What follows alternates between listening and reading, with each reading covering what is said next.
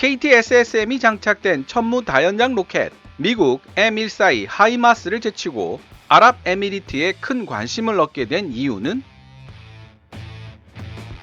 한 달이 멀다 하고 무서울 정도의 속도로 개발되고 있는 대한민국의 무기 체계들 때문에 KKMD에서 다룰 소재들이 많아서 좋기는 하지만 워낙 복잡 다단하다 보니 저도 가끔 헷갈릴 정도입니다. 무엇이 되었든 복잡하고 헷갈리는 것들은 일단 정리해서 자주 보고 익히면 점점 더 명확하게 구분할 수 있게 되는 경우가 많은데요. 제가 KKMD를 운영하면서 늘 마음속에 높은 우선순위로 두고 있는 목표들 중에 하나이기도 합니다. 어려운 내용을 정리하고 계속 반복해서 설명드림으로써 시청자 여러분들이 쉽게 이해할 수 있도록 도와드린다는 것이죠. 지난 2021년 2월 25일 아시아 지역의 군사 소식을 다루는 전문지 AsianMilitaryReview.com이 기사를 통해 대한민국 하나의 최신 다연장 로켓포 천무가 아랍에미리트에 9천억 상당의 금액으로 수출된다는 소식을 전했었습니다. 하지만 황당하게도 제가 번역하고 영상 만들 준비를 하는 이틀 만에 기사 내용이 수정되면서 아직 계약이 확정되지 않았다는 내용으로 바뀌어 있네요.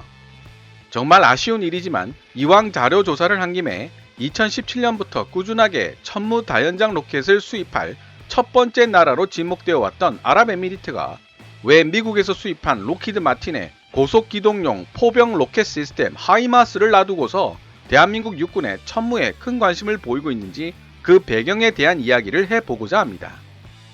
아랍에미리트는 2006년에 미국으로부터 M142 하이마스 12대를 이미 도입한 바 있습니다.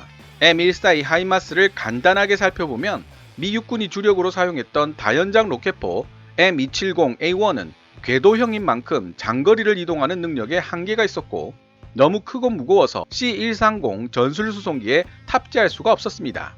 그래서 미 육군은 FMTB 표준 고기동 트럭에 로켓 탄수를 12발에서 6발로 축소한 M270A1 발사포드를 결합시킨 M142 고속기동용 포병 로켓 시스템 하이마스를 개발했던 것이죠. M142 하이마스는 대게릴라전을 상정하여 자력으로 장거리 주행이 가능하고 C130 수송기를 통한 장거리 전개도 가능합니다.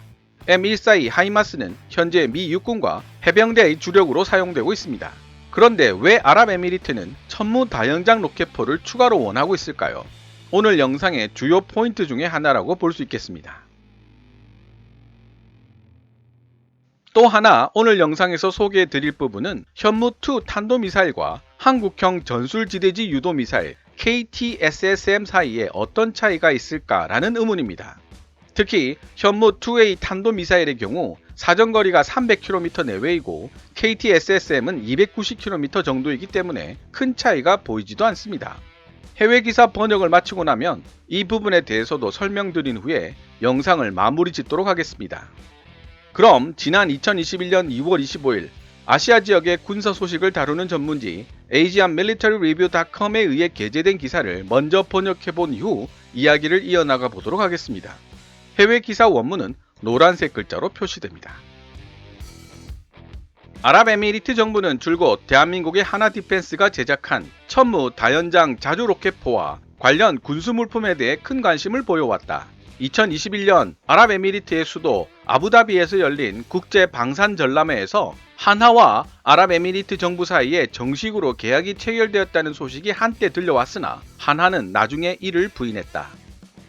K239 한국형 다연장 로켓포로 알려진 대한민국 육군의 천무는 기동성을 높이기 위해 8륜형 차량을 기반으로 제작되었으며 승무원들을 보호하기 위해 방호 기능이 갖춰진 운전석을 장비하고 있다.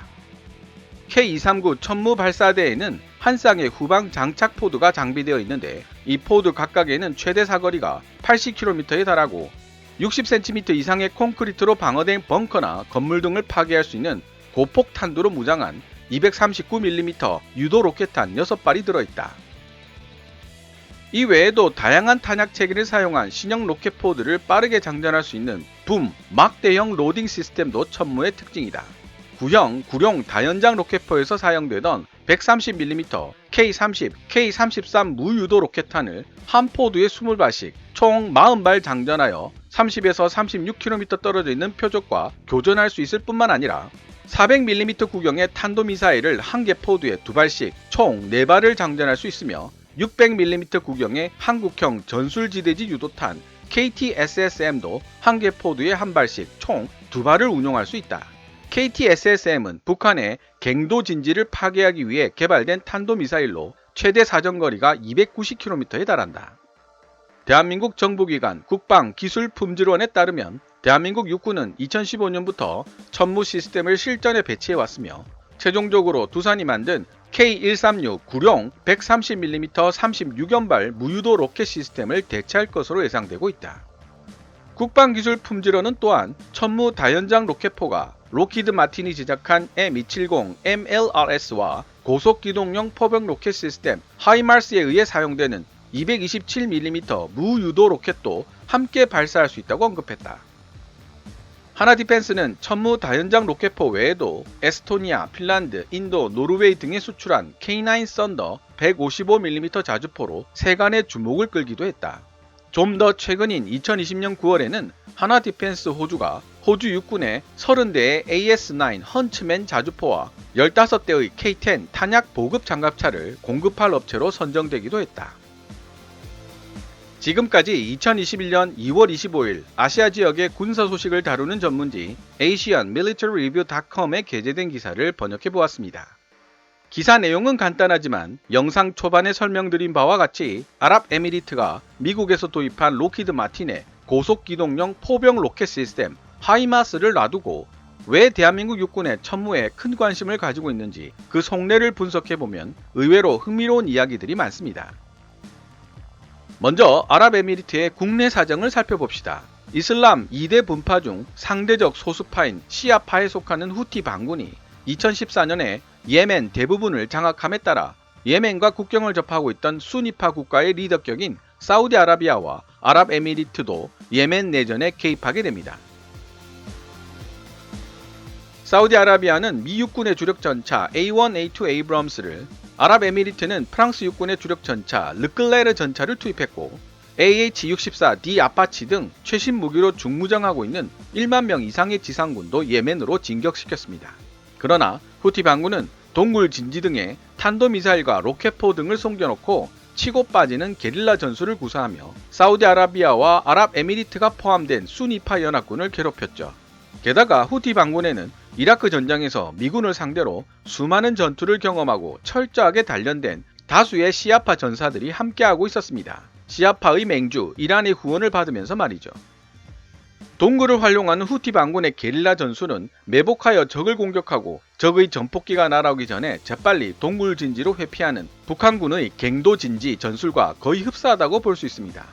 매복과 회피를 번갈아가며 사용하는 후티 반군에 대응하기 위해 사우디아라비아나 아랍에미리트는 포병을 활용한 광역 제압 사격도 옵션으로 고려했으나 후티 반군이 숨어있는 지역에는 다수의 민간인도 섞여 있었기 때문에 정확한 지점을 타격할 수 있는 핀포인트 공격 수단이 필요했습니다. 사실 이 지역에서 테러 집단 이슬람 국가와 전쟁을 벌이고 있는 미 육군도 같은 고민을 했었습니다. 결국 미 육군은 M270A1 MLRS나 M142 하이마스를 통해 발사되는 GPS 유도 방식의 M31 유도탄과 155mm 엑스칼리버 유도탄을 사용해 핀포인트 공격을 가함으로써 매복해 있는 게릴라 부대에 대처할 수 있는 방안을 찾아냈습니다. 특히 M31의 경우 광범위한 피해를 불러오는 집속탄이 아닌 단일 고폭탄두를 사용하고 있어 주변 피해를 최소화시킬 수 있다는 장점도 가지고 있었죠. 즉 사우디아라비아나 아랍에미리트도 보유하고 있는 다연장 로켓포로 미군처럼 M31 유도탄 등을 사용하면 고민의 상당 부분이 해결될 수 있다는 뜻이었습니다. 그런데 여기에 문제가 생겼습니다. 그들은 문제라고 쓰지만 우리는 기회라고 읽을 수 있는 상황이 발생한 것이죠. 미국은 처음부터 수니파 국가들이 예멘 내전에 개입하는 것을 반대해 왔었기 때문에 미국의 의견을 무시하고 지상군을 투입시킨 사우디아라비아와 아랍에미리트에게 M31과 같은 정밀 유도무기 탄약 체계의 수출까지 거부한다는 의사를 표명했던 것입니다. 다급해진 그들의 눈에 확 들어온 존재가 바로 위성 항법 장치 GPS와 관성 항법 장치 INS 유도 방식을 통해 오차 범위 5m 내외의 정확도를 가진 동시에 80km급의 사정거리를 지니고 있으며 불필요한 피해를 최소화시킬 수 있는 단일 고폭탄두를 사용할 수 있는 다연장 로켓포 시스템 천무였습니다.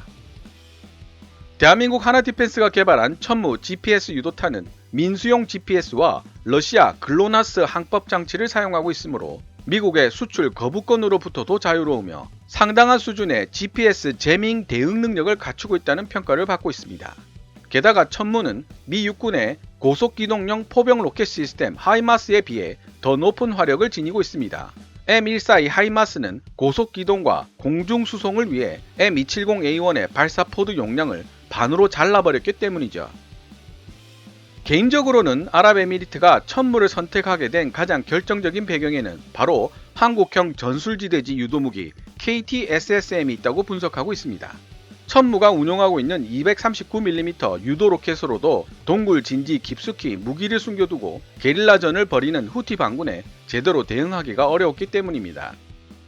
하지만 마침 대한민국은 같은 전술을 구사하는 적을 이미 가지고 있었고 이에 대한 대응책을 세우고 있었습니다. 바로 한국형 전술지대지 유도무기 KT-SSM이 그것입니다. 사실 한국형 전술지대지 유도무기 KT-SSM의 핵심 기술에도 러시아 미사일 기술이 들어가 있는데요. KT-SSM은 500kg 무게의 고체 열압력 장약이 들어간 열압력 탄두를 장착하고 있습니다. 열압력 탄두란 지하 관통형 탄체를 통해 동굴 진지까지 관통에 들어간 이후 내부에서 폭발하는 고체 열압력 장약을 내장하고 있는 탄두입니다. 이 장약이 폭발할 때 강력한 열폭풍과 막대한 압력을 형성하게 되고 그 고열과 압력이 동굴 내부를 따라 전파되면서 동굴 내부의 각종 장비와 인원을 제거할 수 있는 탄두를 뜻합니다. 구소련이 아프간 전쟁을 위해 개발한 모델인 이 열압력 탄두의 무서운 점은 여기서 끝이 아닙니다. 고체 열압력 장약이 폭발하면서 발생되는 열폭풍이 동굴 내부의 산소를 모두 고갈시켜버리기 때문에 동굴 내부에 차폐장치나 방어시설이 있어도 동굴 내부의 적들은 질식사하게 됩니다. 새삼 군사 무기들이 얼마나 무서운 위력을 지니고 있는지를 실감하게 되는 부분인데요. 대한민국은 역시 구소련 붕괴 이후 러시아로부터 이 고체 열압력 기술을 이전받았고 국방과학연구소가 이 기술을 국산화하여 처음 적용한 무기체계가 바로 KT-SSM입니다.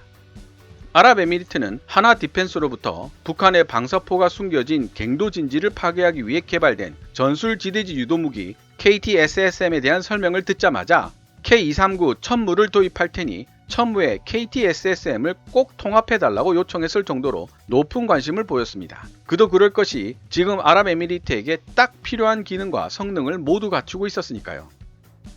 러시아의 열압력 탄두 기술로 탄생한 한국형 전술지대지 탄도미사일 KT-SSM은 뛰어난 동굴진지 파괴 능력 외에도 저렴한 가격대를 자랑합니다. 미 육군이 M270A1이나 M142 하이마스로 운영하는 단거리 지대지 탄도미사일의 가격은 보통 22억에서 44억 사이를 오가기 때문에 8억에서 10억 정도의 가격대로 형성되는 KT-SSM의 가격은 상당히 저렴하다고 볼 수 있습니다. 천무로 발사가 가능하다는 점도 거부하기 힘든 매력이죠. 따라서 아랍에미리트와 비슷한 애로사항을 겪으며 후티 반군에게 애를 먹고 있는 사우디아라비아 역시 천무와 KT-SSM을 도입할 가능성도 충분히 예상할 수 있습니다. 마지막으로 현무2 탄도미사일과 KT-SSM 미사일을 비교해 보도록 하겠습니다. 현무2 탄도미사일은 적 지휘 통제 시설이나 미사일 기지와 같은 핵심 표적에 사용되는 미사일이며 중요도가 가장 높은 전략자산 중 하나이기에 대부분의 정보가 위장되어 있습니다. 국방과학연구소에서 절대 언급하면 안 되는 3대 금기가 바로 현무 시리즈와 초음속 대한미사일 그리고 한국형 전자전 체계라는 설명은 지난번 244화에서도 말씀드린 적이 있습니다. 그에 비해 KT-SSM은 전략미사일 현무2와는 달리 육군 군단급에서 천무와 함께 사용되는 전술급 미사일입니다. 따라서 현무2 탄도미사일보다는 많은 정보가 공개되어 있으며 KT-SSM은 대량 생산을 위해 가능한 싸게 만들 필요가 있었습니다. 북한의 장사정포가 숨겨져 있는 갱도진지를 최대한 많이 파괴하려면 말이죠. 원래 KT-SSM에는 항제밍, 엔티제밍 성능을 높이기 위해 미국의 군용 GPS를 장착하려 했지만 미국의 눈치를 보지 않고 아랍에미리트에게 판매하기 위해서는 다른 방법을 강구해야만 했습니다. 하나디펜스와 넵코어스는 KT-SSM을 위한 국산형 항제밍 GPS를 개발하였고 여러 차례 시험을 거친 결과 해외 수입품과 비교해봐도 성능 면에서 전혀 뒤떨어지지 않는다는 사실을 확인했습니다.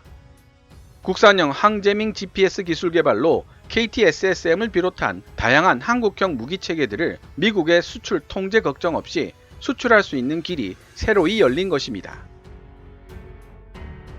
지난 2021년 2월 25일 아시아 군사 전문지 Asian Military Review가 하나 디펜스의 천무 다연장 로켓포 시스템이 아랍에미리트의 수도 아부다비에서 열린 국제 방산 전람회 IDX를 통해 9천억 규모로 수출된다는 소식을 전했을 때만 해도 드디어 올 것이 왔구나 라는 생각을 하며 급하게 자료 조사를 하고 영상 준비를 했는데요.